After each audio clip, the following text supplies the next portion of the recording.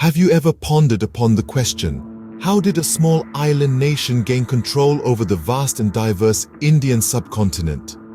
To answer this, we must travel back to the 18th century when the British East India Company, a commercial entity, began to morph into a political power.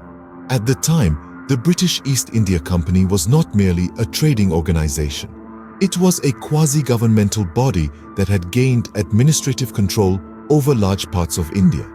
However, with great power came great responsibility, a responsibility that the company seemed ill-equipped to handle. As the company's influence grew, so did the instances of corruption and mismanagement. The company's officials, who were primarily traders, began to exploit their newfound powers for personal gain. The Indian subcontinent, with its vast riches, became a playground for these officials, who indulged in unchecked bribery and nepotism. The consequences were dire. The company's mismanagement led to widespread socio-economic disruption in the region, culminating in the Bengal famine of 1770. This catastrophe claimed the lives of nearly a third of the region's population, and yet, the company's officials continued to line their pockets. In an attempt to curb these issues, the British Parliament passed the Regulating Act of 1773.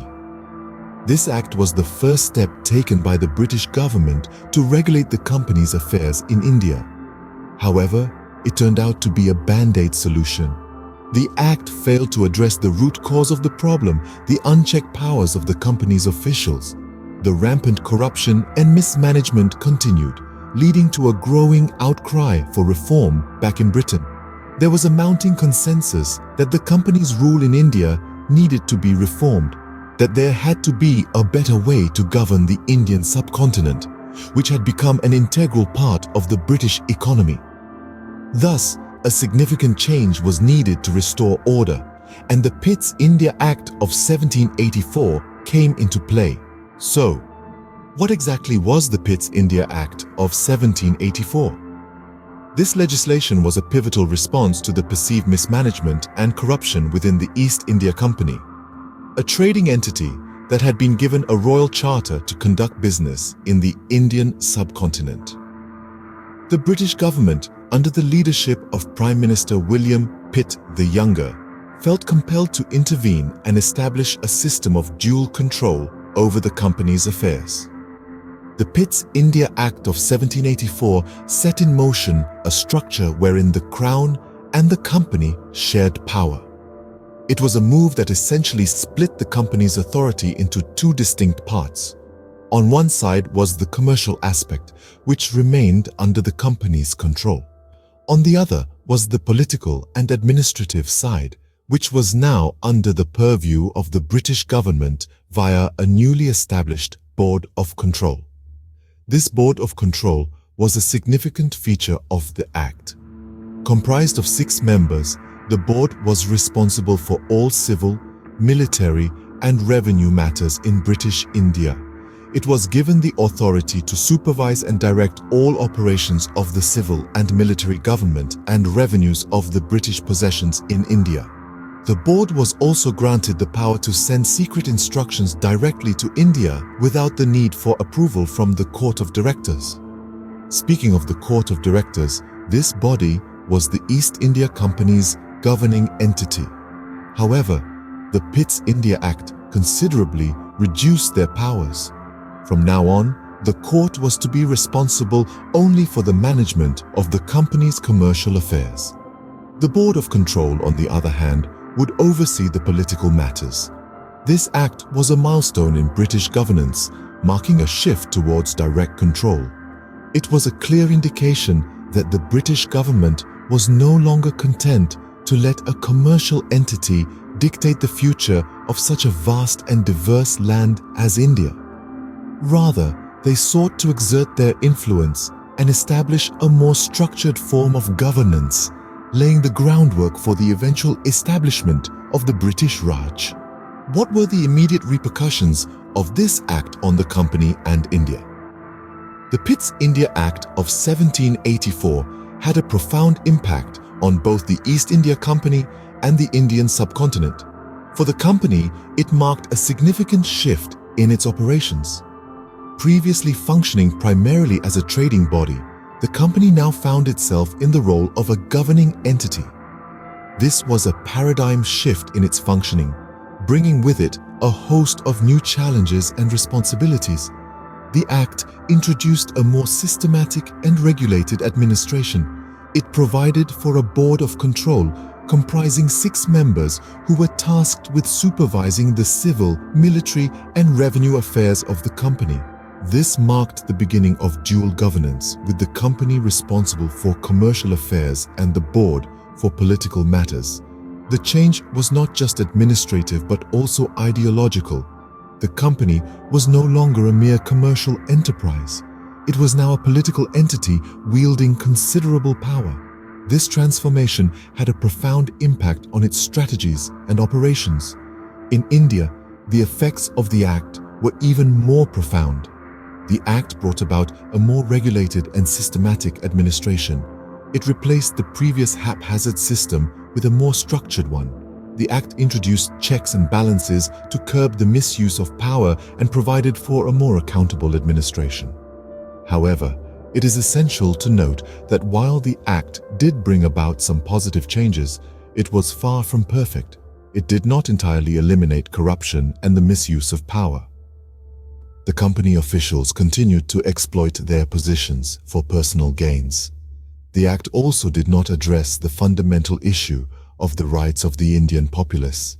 The people of India were still subjects of a foreign power with little say in their own governance. In conclusion, the immediate impact of the Pitt's India Act of 1784 was a more systematic and regulated administration in both the company and India.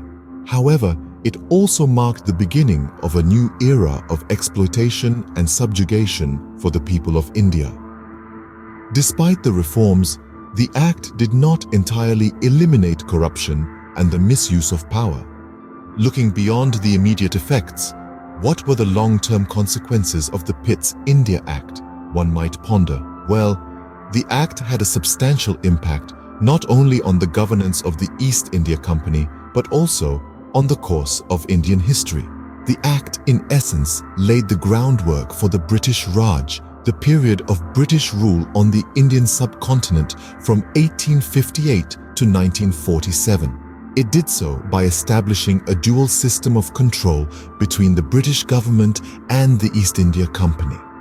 This system, while initially designed to improve the company's management and accountability, ultimately paved the way for full British control. The British government's increasing involvement in Indian affairs, catalyzed by the Act, gradually led to the dissolution of the East India Company and the establishment of the British Raj following the Indian Rebellion in 1857. This period of British rule saw significant changes in Indian society, politics, and economy. Now, let's consider another long-term consequence: the rise of nationalism. The British Raj, which the Act indirectly helped establish, led to widespread dissatisfaction among Indians due to perceived cultural insensitivity, economic exploitation, and political subjugation. This dissatisfaction eventually coalesced into a powerful nationalist movement that sought to end British rule. It was the seed of a struggle that would span decades, a struggle for self-rule, for independence. And finally, the most significant long-term consequence of the Pitt's India Act was, arguably, the eventual struggle for independence. The nationalist movement that arose in response to British rule culminated in the Indian independence movement, which finally saw success with the end of British rule in 1947. In conclusion, the Pitt's India Act of 1784 had far-reaching implications that extended beyond administrative reform. It set in motion a chain of events that transformed the Indian subcontinent, leading to the British Raj, the rise of nationalism, and the struggle for independence. The Pitt's India Act of 1784 set the stage for a century of British dominance in India. So, is the Pitt's India Act merely a historical event, or does it hold relevance today? The Act, as we've come to understand, was a turning point in the governance of India under British rule. It transformed the East India Company from a commercial entity into a political power, marking a significant shift in the trajectory of Indian history. But its relevance does not end there. The Act's influence can be seen in the very fabric of modern India. It was the first instance where governance was clearly separated from commercial interests. This principle is a cornerstone of modern democratic systems, not just in India, but the world over. It was the first step towards the establishment of a bureaucracy in India, a system that continues to be a vital part of the country's administrative structure today. The Act also set a precedent for further reforms in India's governance under British rule. It laid the groundwork for the Charter Act of 1833, which further centralized the power of governance in British hands. These events have shaped the political landscape of modern India in ways that we continue to grapple with, even today. But perhaps the most significant lesson from the Pitt's India Act is the importance of checks and balances in a political system. The Act was a response to the unchecked power of the East India Company and its subsequent abuse. This is a lesson that continues to hold relevance in contemporary politics. The importance of accountability, transparency, and checks on power are principles that we continue to strive for in our political systems. The Pitt's India Act is not just a historical event. It's a testament to the evolution of governance structures, a lesson in political accountability, and a mirror to the progression of India from a colony to a democratic republic. History is not just about the past, it's a mirror to our present and a window to our future. The Pitt's India Act of 1784, an essential chapter of India's past, reflects this truth.